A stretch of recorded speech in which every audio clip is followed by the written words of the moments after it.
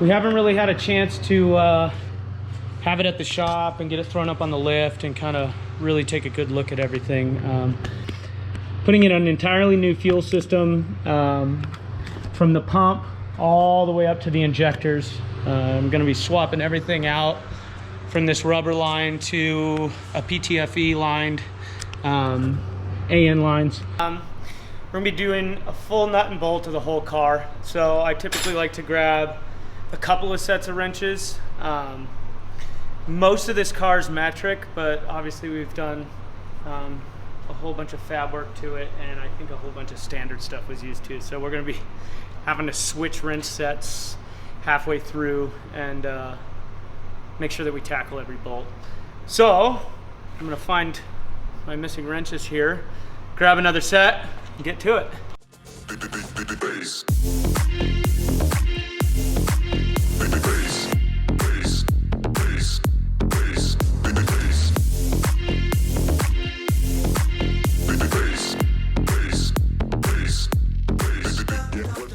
You notice any mistakes people make with tightening bolts ever?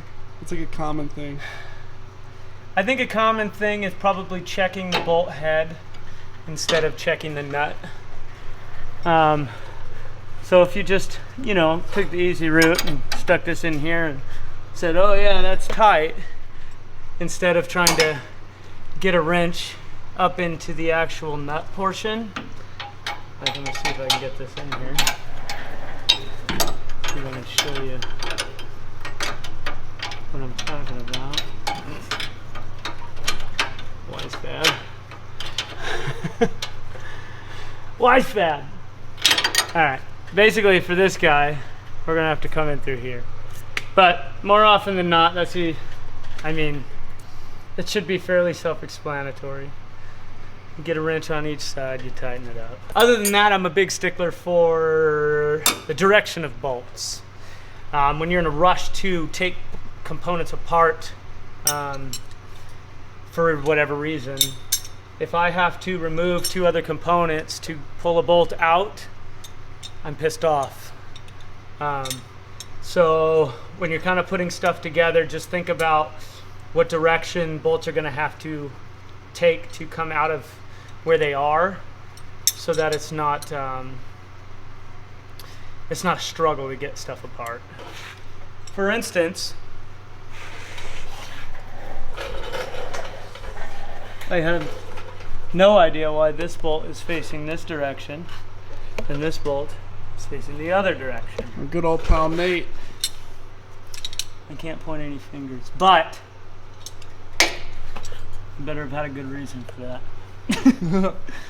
Because otherwise I'm pulling this bolt out this way, fighting this axle, instead of just being able to pull the bolt out this direction. Obviously there's certain situations where we don't have many options. But this situation, there's obviously an option. Yeah. Because the bolt could have gone the other way. Yeah. What are you doing, Jalen? We are putting in some new fuel lines. We went to a full PTFE line, so a Teflon liner instead of nitrile rubber or E85 compatible rubber. This will completely eliminate any fuel permeation through the rubber, so no more fuel smell. It will also not degrade, and we won't have to change the fuel system in a year or two. So we're running all of this, and we're going to run some nice Frigola hose ends. You kind of want to flare out all this steel braid enough to get this olive to seat in there. So on the inside there's kind of a lip that's going to catch on the end of the Teflon here. So we put our tapered end in first, get that pressed in there. We'll kind of make sure it's nice and seated. And then get your hose in, kind of work that in there. Probably could have used a little lube. There we go. Okay, so make sure that this hose end is constantly being pressed in there. And we can get this piece out enough to start the threads there. Kind of the easiest way I've found is using 2 wrenches.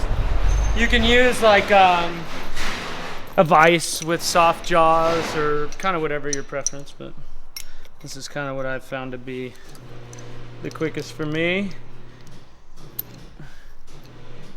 There you have it. One ethanol compliant hose fitting.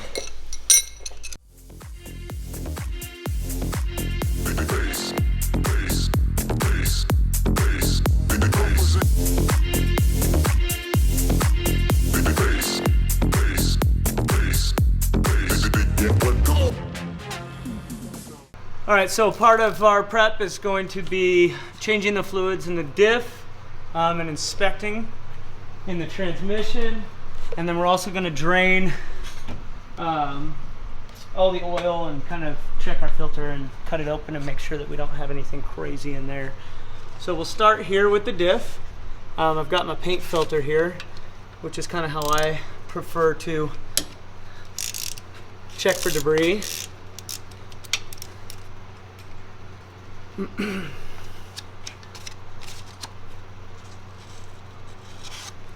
Ooh. Was it gray? A little bit of metal in there. So if there is any debris, it should fall pretty much to the bottom of that filter. Obviously there's no way to meter the speed at which this oil is coming out of there. So we use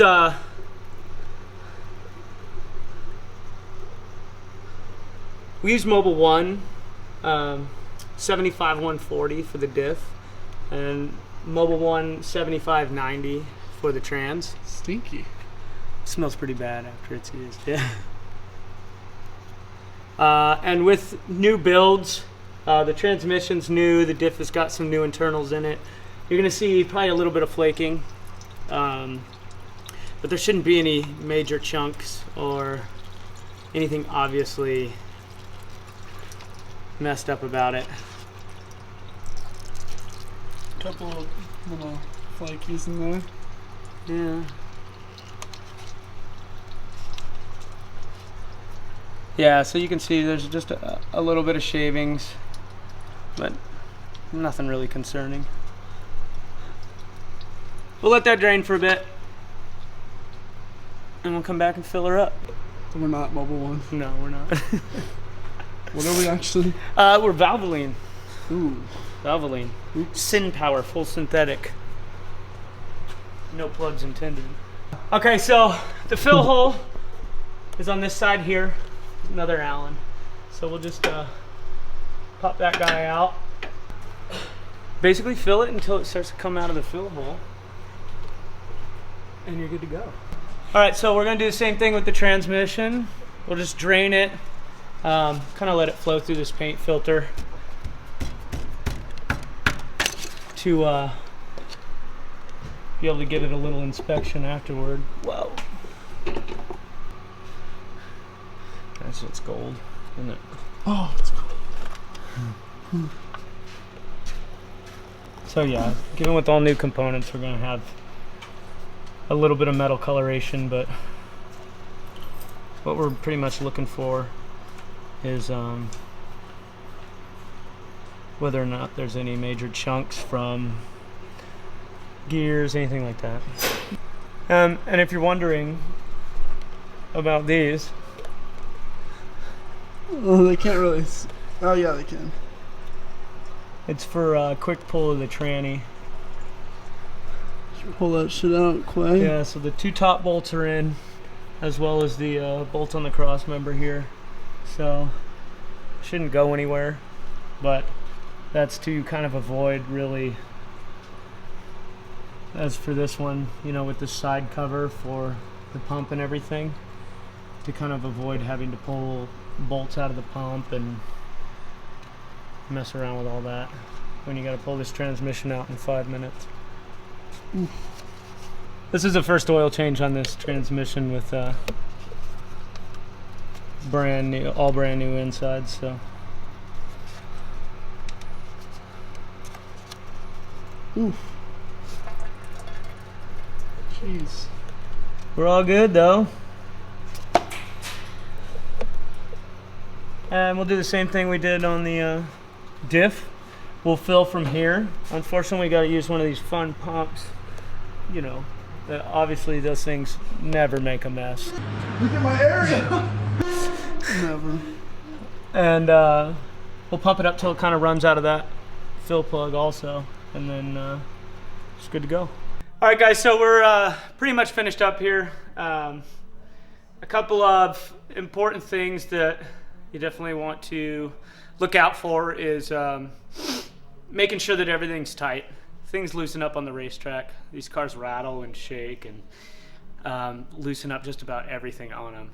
Unfortunately for us, we had to do quite a bit more work than just the standard prep with building the whole new fuel system and all that.